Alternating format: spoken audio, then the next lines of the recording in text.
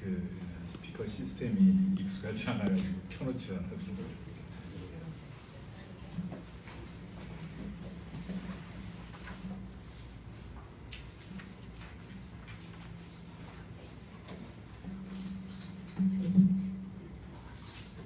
교회 여러분 안녕하세요. 주연절 다섯째 주일입니다. 오늘은 구원의 소식을 널리 전하라, 이런 제목으로 함께 말씀을 생각해 보고자 합니다. 기독교 또 성서에서의 구원, 이것은 단 한 가지로 설명하기가 어렵습니다. 구약과 신약에서의 구원이 한 가지가 아닙니다. 구약에서도 출애굽이나 왕조 시대, 또 포로 시대, 포로기 이후 등 시기에 따라서 그 구원의 내용이 달라집니다. 또 신약에서도 예수와 사도 바울의 여러 말씀들에 구원에 대한 다양한 해석이 가능하게 나와 있습니다. 예를 들어서 출애굽 당시 히브리 백성들에게 구원은 무엇이었습니까? 이집트 압제하 노예 상태로부터의 해방이었습니다. 바빌론 시대의 구원은 유다 백성들이 잡혀온 상태에서 다시 예루살렘으로 귀환하는 것이었습니다.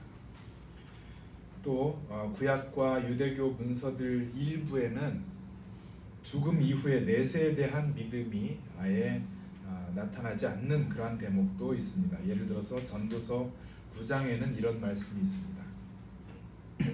모두가 다 같은 운명을 타고났다는 것, 이것은 바로 세상에서 벌어지는 모든 잘못된 일들 가운데 하나다.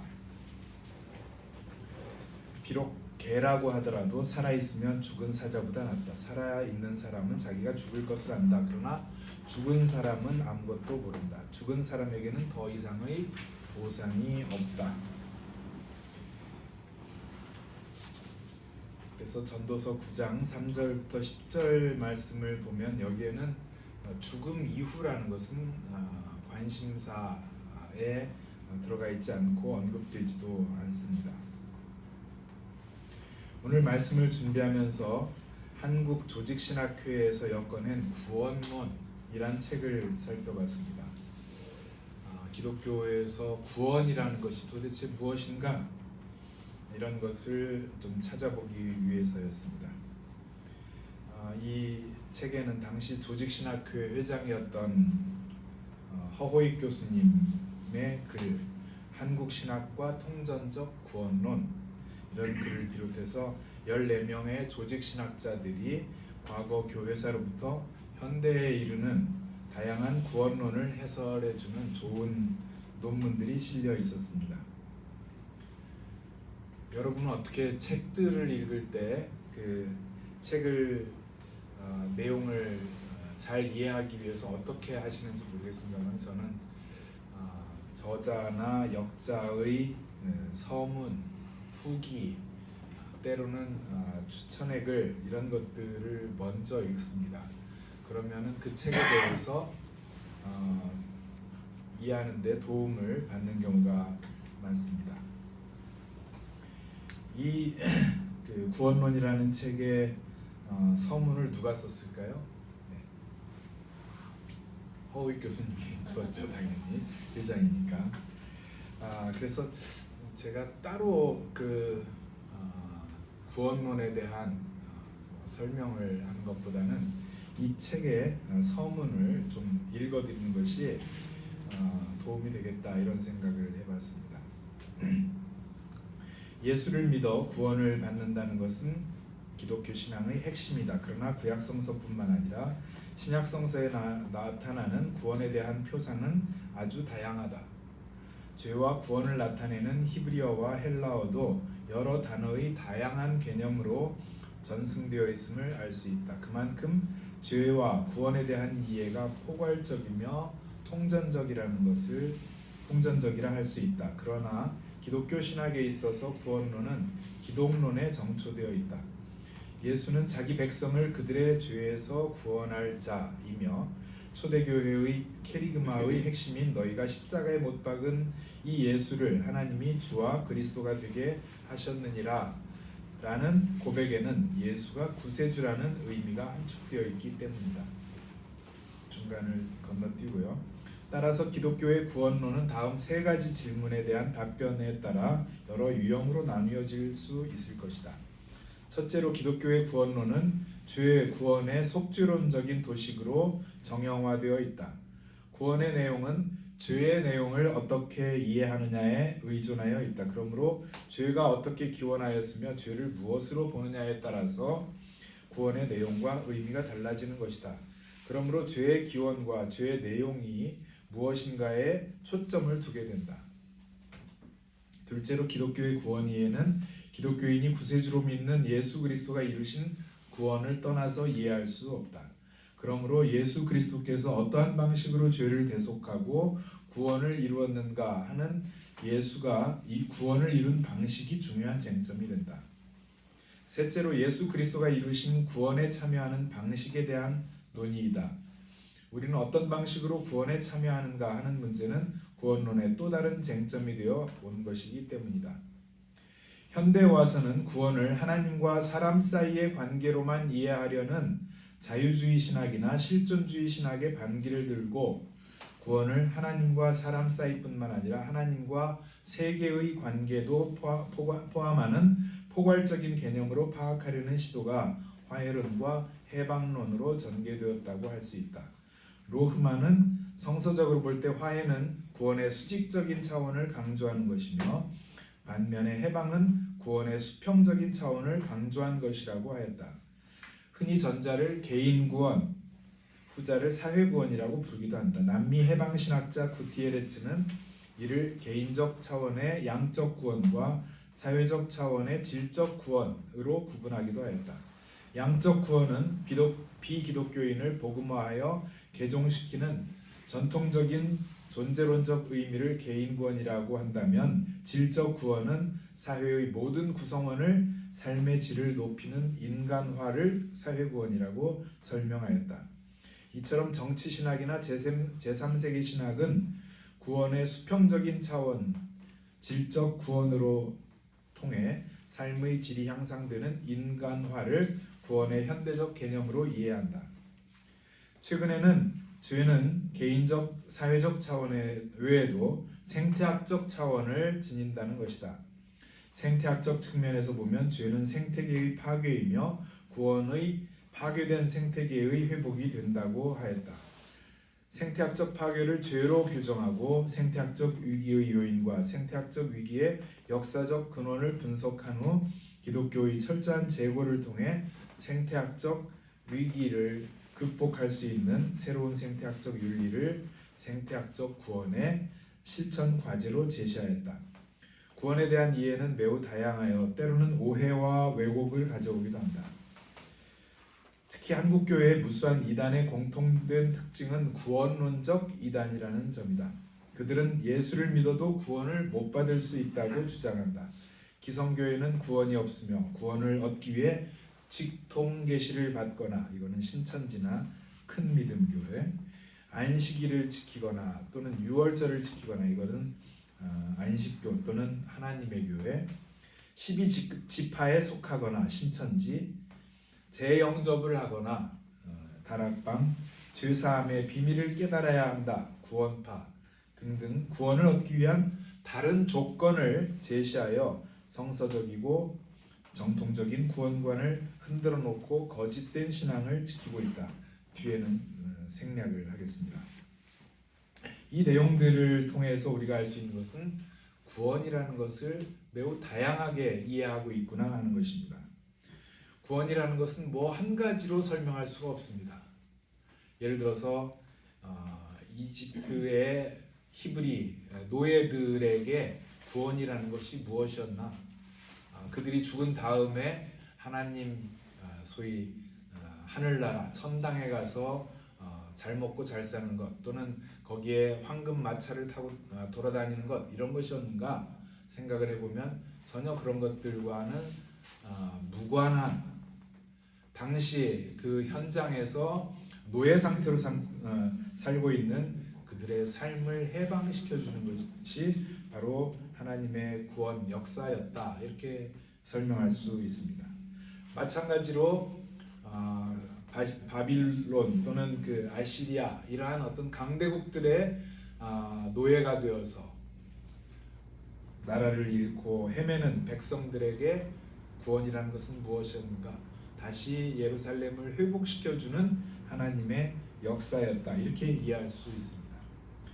그래서 구원이라는 것은 어느 하나로 이렇게 정리하고 이것을 통일되어 있다 이렇게 이야기하기가 어렵습니다. 그러니까 다양성이 있다 이렇게 설명할 수 있죠. 예수 그리스도의 시대에도 마찬가지입니다. 너에게 바로 구원이 임했다 라고 하는 것은 사후 세계에 대한 설명이 아닙니다.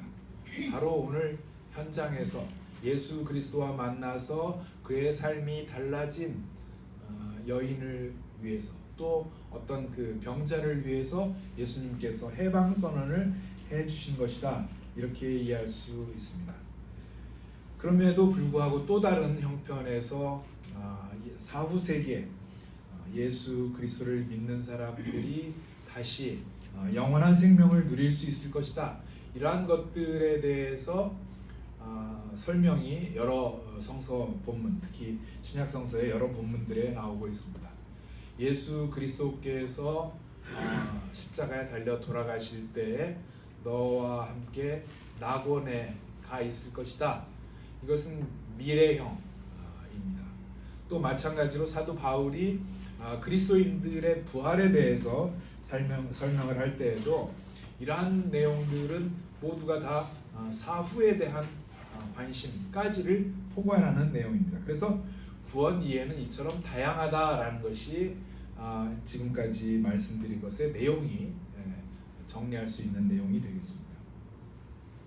그럼에도 불구하고 우리는 구원 이해에 통일성이 있다 이렇게 설명할 수 있습니다. 그것은 오늘 본문 읽었던 구약성서의 이사야나 누가복음서에 연결되는 내용입니다. 오늘 본문에서 예수께서는 아주 구체적인 그러한 내용들을 설명을 해 주십니다.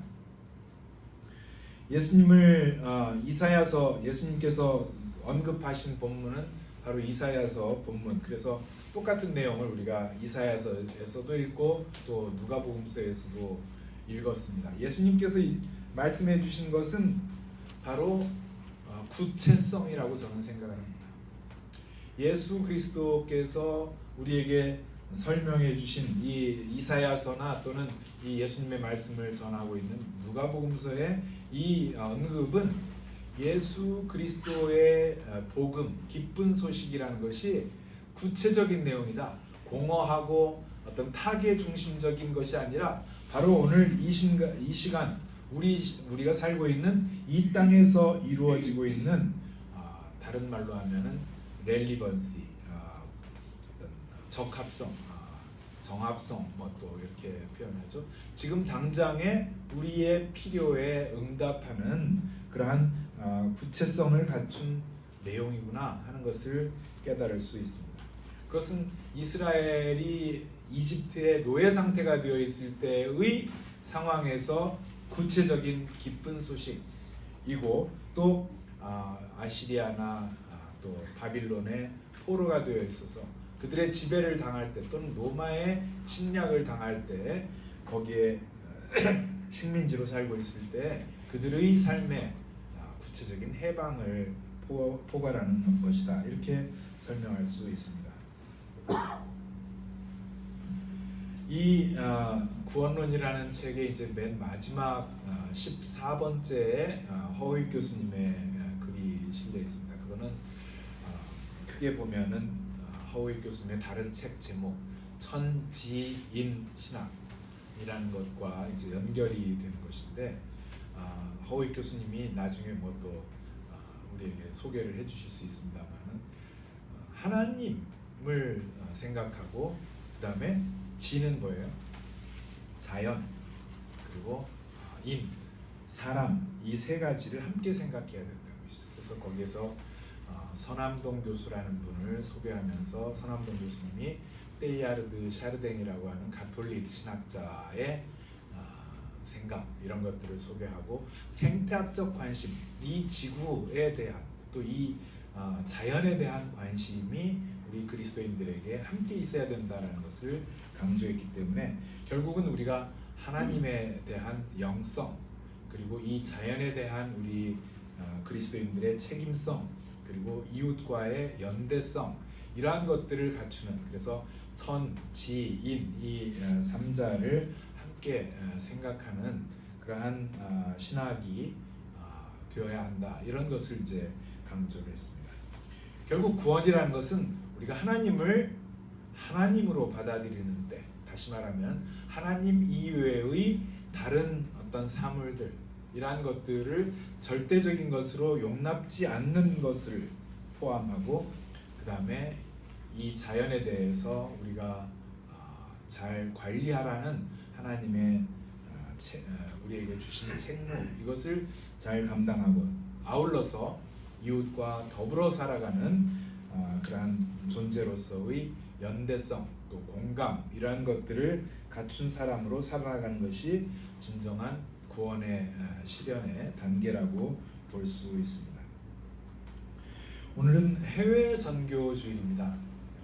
해외 선교라는 것은 과거 유럽 교회들, 서구의 교회들이 식민지에 나가서 먼저 선교사들이 가고 그 다음에 군대가 가고 그 다음에 상인들이 가고 그래서 그 나라를 이제 뽑아먹는 이러한 의미의 어떤 교회의 선교 이것이 아니라 하나님의 선교, 하나님이 선교의 주체로서 하나님의 뜻을 그 땅에서 실현하는 것이 진정한 해외 선교의 과제라고 볼 수 있습니다.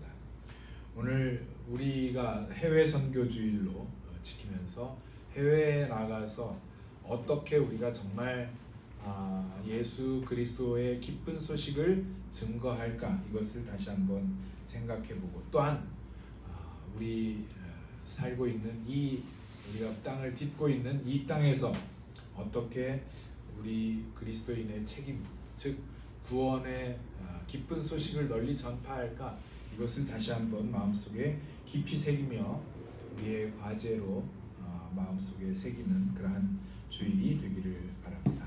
함께 기도드리겠습니다. 하나님 우리의 삶 속에서 예수 그리스도를 통해서 구원해 주심을 감사합니다. 이 구원이 이 자연 만물에 또 우리가 함께 살고 있는 모든 사람들에게 진정한 기쁜 소식이 되도록 인도하여 주시옵소서. 신음하고 있는 자연, 신음하고 있는 이웃들에게 우리가 구원의 기쁜 소식을 널리 증거하도록 붙들어 주시고 불러 주시옵소서. 예수 그리스도의 이름으로 기도드리옵나이다. 아멘.